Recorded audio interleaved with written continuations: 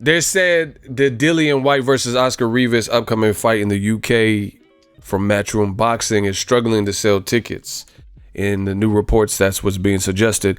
What up, Fight World? It's your boy Ego, and I'm back with some more boxing. Make sure you smash the like button. Also, subscribe to the channel for the latest and greatest in boxing. If you want to become part of the gang, Digital Mob, please smash the bell icon. And YouTube updated it, so the bell icon has some different options where you can personalize the alerts that you get and whatnot. Well, new medium. WorldBoxingNews.net has an article, very interesting, link in the description as always. And it suggests that the Dillian Whyte tickets are struggling. I just seen Wilder. Let me pull up the article for you. Eddie Hearn faces crisis over poor Dillian Whyte and Oscar Rivas ticket sales, it says. Okay. This is the fight. This is how they match up. Oscar Rivas not the tallest guy. Says Matchroom boss Eddie Hearn is facing up to what could become a massive failure in the United Kingdom as reports of poor ticket sales over Dillian Whyte versus Oscar Rivas fight continue. World Boxing News was informed last week that only a few thousand of the 20,000 available tickets have been sold. Top-ranked boss Bob Arum then went on one better by confirming he was worried about the lack of purchases ahead of a proposed Vasyl Lomachenko versus Luke Campbell fight at that same venue. Loma and Campbell is a done deal. August 31st, O2 Arena in London. Hearn is yet to make the clash official. Arum has left it up to Eddie Hearn to divulge that information to fans, something Hearn has so far been tentative to do. The Whyte versus Rivas situation is obviously playing a big part in that decision. A big push to fill the void is expected over the next few days. It is less than 2 weeks until the heavyweights are due to fight. Hearn has been pleading with the World Boxing Council to make the contest a final eliminator for champion Deontay Wilder, a move which could help attract more fans to the event. Participants on the undercard have begun offering tickets to their followers via competitions. Oh, wow. Damn. Hold on. It says participants on the undercard have begun offering tickets to their followers via competitions. Wow. So they got fighters on the undercard, Dave Allen, all these guys like trying to scout tickets and shit and give them away raffle. Wow. A situation which is common with shows that don't sell as well as anticipated. Is bad news for Hearn and Matchroom as the United Kingdom empire, which reigned supreme for years, is struggling as of late, taking his top star to the US due to a massive DAZN payoffs and offer. The UK portion of his promotional company has suffered as a consequence. Sky Sports head of boxing, Adam Smith, has admitted the ongoing demise of British fight nights is not ideal as Hearn continues to pander to audiences across the Atlantic. Ooh. Anthony Joshua is not expected to fight on home soil this year, whilst the likes of Cal Yaffe, Caleb Smith, and Tommy Cuello have all been taken overseas lately. And to add to that list, also Josh Kelly, Katie Taylor, and this is all just on the Joshua Ruiz card. They also had Caleb Smith. It's now a massive ask to pull Whyte versus Rivas into the tens of thousands in regards of tickets. The additions of Dave Allen versus David Price and Derek Chisora, Archer Spilka, certainly fan-friendly bouts for what is an eye-catching heavyweight triple. Hopefully things can pick up for what is a big Sky box office summer offering on pay-per-view. The Lomachenko-Campbell taking place just 6 weeks later is also expected to be on the paid format. Look, they moved Lawrence Oakley's fight to the Whyte Rivas bill, they said. That was supposed to be its own date with, it was supposed to be Fowler versus Brian Rose, which was initially supposed to be the guy who beat Fowler, Scott Fitzgerald versus Brian Rose, but Fitzgerald got injured.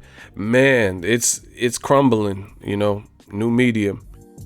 The thing is, I don't think this is a bad fight, Dillian Whyte versus Oscar Rivas, but Eddie Hearn, he's managed it in a weird way. And I told you this, I could see this coming up and coming into play soon.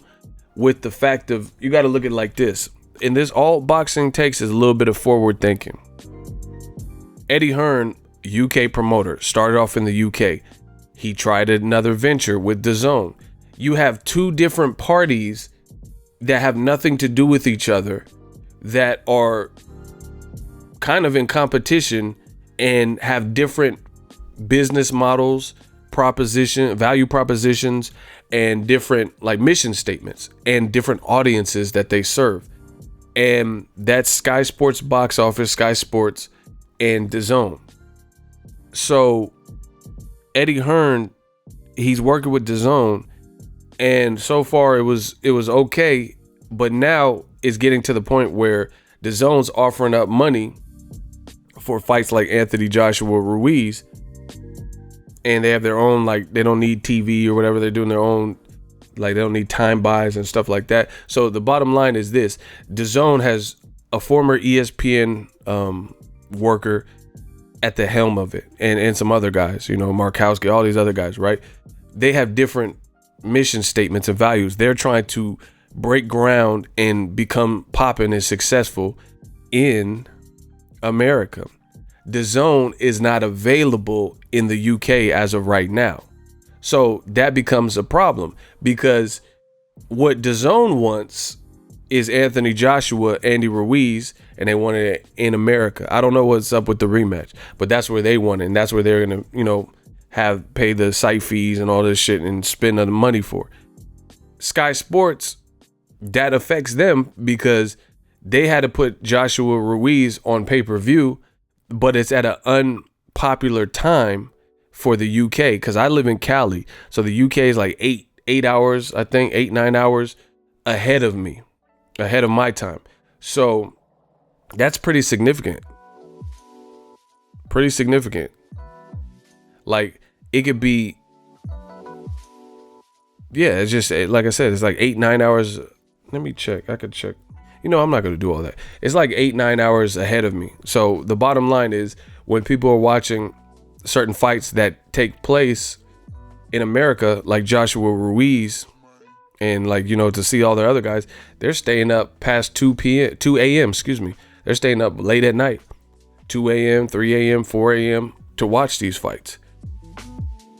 And, you know, I guess that's just what you have to do. Now, the UK has probably grown to expect that for non-UK type events, like Floyd Mayweather versus Canelo, Mayweather versus Pacquiao, Mayweather versus Canelo. So they would, you know, that's just how it is.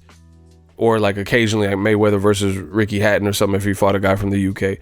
So they grew accustomed to having to do it in that circumstance. But now you have something different, because you have Matchroom, who's trying to appease both DAZN and Sky Sports. And he's like, oh, okay, America got a lot of money. So he's trying to play both sides of the fence. And now is creating problems, because you, by appeasing DAZN and putting the fight where they want, which is America, because that's what they're trying to, they're not available in the UK, so they don't give a fuck. Why would they want the fight in the UK? Because if DAZN, you know, and they should have thought about this stuff, like conflict of interest type shit. Very simple.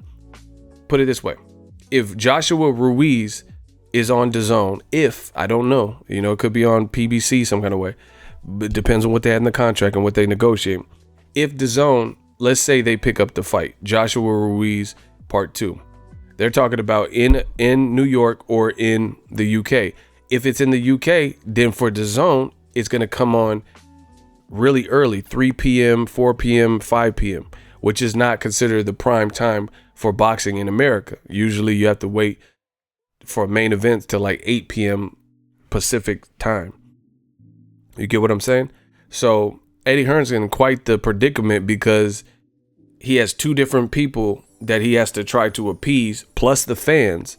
So you take all these UK fighters, Katie Taylor, Caleb Smith, Tommy Coyle, Anthony Joshua, that have been fighting primarily in the UK, and then they have this American debut card, and a lot of them look horrible. Tommy Coyle gets stopped. Katie Taylor really lost to Delphine Persoons, but they said she's undisputed.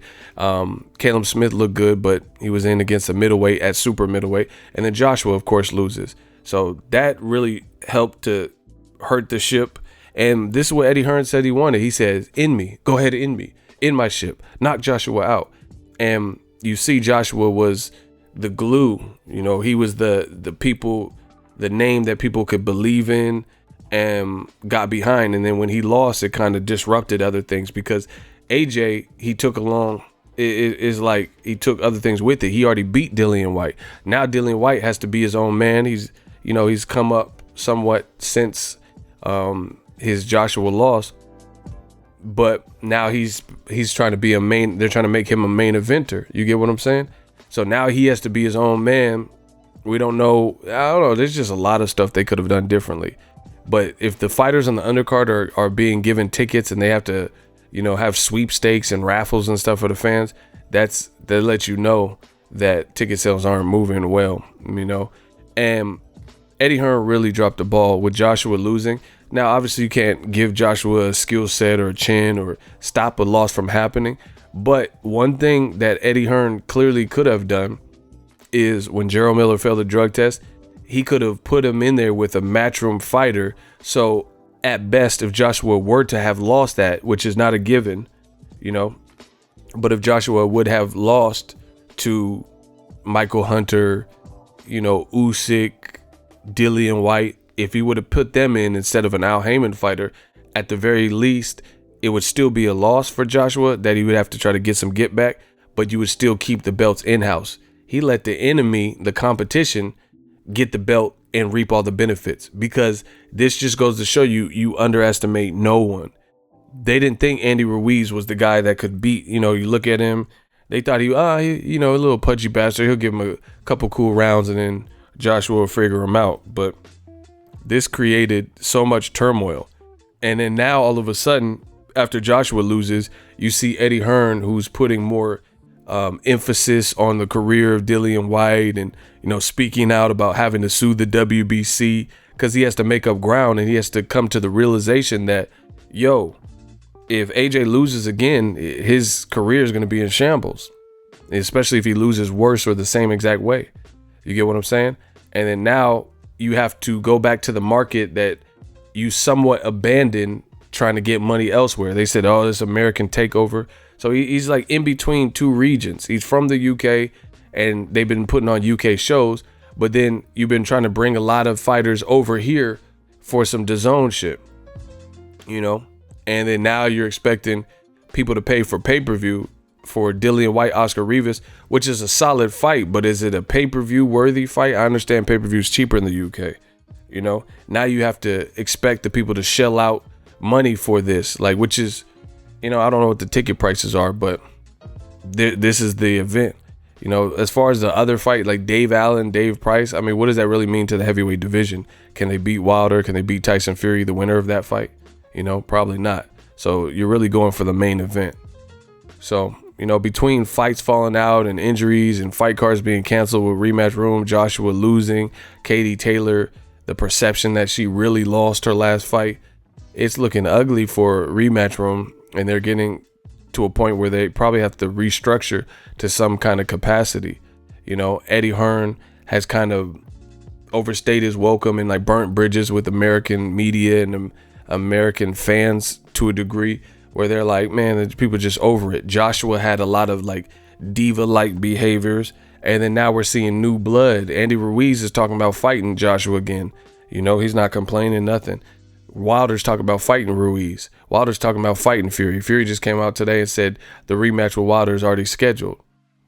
So it looks like the heavyweight division still moves on, and we're just not dealing with the Matchroom ways of conducting business and trying to, high step everybody and act like, I got the, we got the undefeated muscle bound Joshua with all the endorsements and he's so popular. It's like nobody's playing that game anymore. So we'll see, but it's not looking good for the ticket sales according to what's being reported. Drop your thoughts in the comment section. We work. So if you enjoyed this video and want more content like this on the channel, you can show your appreciation by going to the PayPal donate button or the YouTube support button, and you can donate any amount that you feel is equivalent to the value of this video. Much more to come. Thank you guys for your support. Boxing Ego, the future of boxing.